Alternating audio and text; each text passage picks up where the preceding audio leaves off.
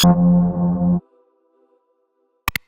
everyone, welcome to Art Casual. My name is Greg, and today we will be starting the first part in a series about developing a character and what my personal process looks like.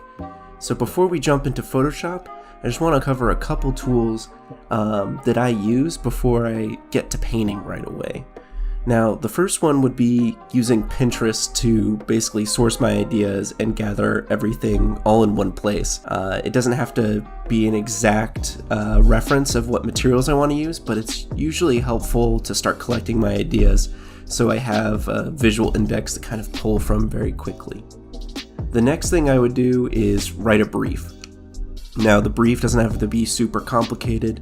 As you can see by the one I'm putting up on screen right now, I didn't write a very complicated one for myself. It's more just to center your design and to have something you can refer back to so your scope doesn't keep increasing as you're continuing to work on your idea.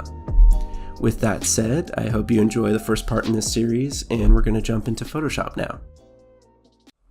Alright, so we are now here in Photoshop, and I have some reference up that I took from the Pinterest boards that I made for this character.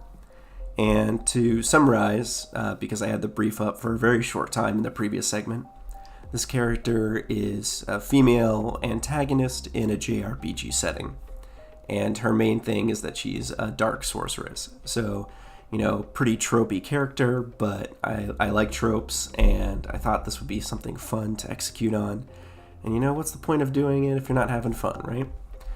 So I knew that, in true dark sorceress fashion, whether you're in an anime or JRPG setting, all the power is usually represented as this sort of dark purple with maybe some blues and some blacks mixed in to hint at the sort of corruptive, evil nature of their power. And I knew that I wanted to get some gold trim, some pale skin, dark armor, things that are very common in aristocratic, highborn, evil characters that kind of think that they're superior to everybody else and are also a part of the ruling class. And those are all notes that I knew even before I wrote the brief that I wanted to definitely hit. And then I have sort of some materials here and some designs that are definitely, again, pulling from JRPG and anime styling, where in Phantasy Star, in Final Fantasy, the setting really doesn't matter. It's all about hitting their aesthetic beats. So it doesn't matter if it's steampunk or sci-fi, people will be using swords. And honestly, I think that's cool, and I think it allows for a lot more creative opportunity. So that's the kind of angle that I wanted to pursue when making this character. Now, I'm going to show you what I sort of already accomplished here. And here are the silhouettes. Again, these silhouettes are pretty messy, and the purpose is to figure out kind of what I don't want. So I tried some sort of, monster on the outside, versus just having the monster on the inside. And I realized that I didn't want this character to be cartoonishly evil, and that I wanted them to really come across as a hardcore spellcaster. So I realized that, monster, angel wings, are no-go, but long flowing fabrics and staff are definitely what I'm going to be shooting for. Now, going into the heads, I did some studies because again, the purpose isn't to render these things to final. The idea is that I want to understand the character, trying different makeup styles, trying different hairstyles. I tried some stuff over here that was more traditional Asian hairstyles for like medieval times and things like that. Or I don't know the proper period, but ye olden times. And I realized that, this stuff just not working. It doesn't contribute anything to the design. So I kind of steered clear of those. And in these variations, well, not much variety in these variations, but the goal I had already hit. I knew that what I wanted to accomplish with the character as far as materials and fabrics, going for, again, a more unrealistic double material outfit that would never exist in, a Dragon Age or, War of the Roses kind of setting, but would definitely exist in a JRPG setting.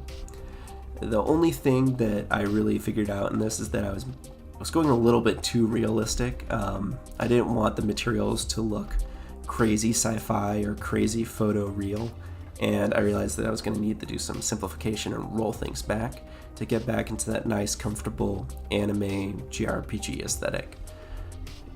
And then I did, as I said earlier, one of the goals was to get the powers nailed down. Not because, this is ever going to be something that is going to be used in a game or anything like that, but more for my own purposes, again, so that I have a palette to work with. And in the final illustration, should I choose to start introducing, powers or an aura or anything like that I want to fit the character, I'm not in my illustration going, dang it, I wish I had thought about this sooner. Now I'm on my illustration and I'm just muddying up the canvas trying to figure out a solution to showing her power. So that was just something that, it's quick, dirty. You can see I didn't even really blend anything. Nothing's really masked appropriately, and that's because this isn't for presentation. This isn't for an animator to understand how her powers work. This is for an illustrator to understand what palette to use when painting these skills. And with that said, I've pretty much accomplished everything that I wanted to get out of this stage. And so now we're going to be moving on to part 2, where I'm going to be doing the turnaround. And then from there, depending how comfortable I am with the character in the turnaround, I might do some studies before going into the illustration and then wrapping this whole project up. So I'd like to thank you with sticking with me this far, and I'll see you in part 2.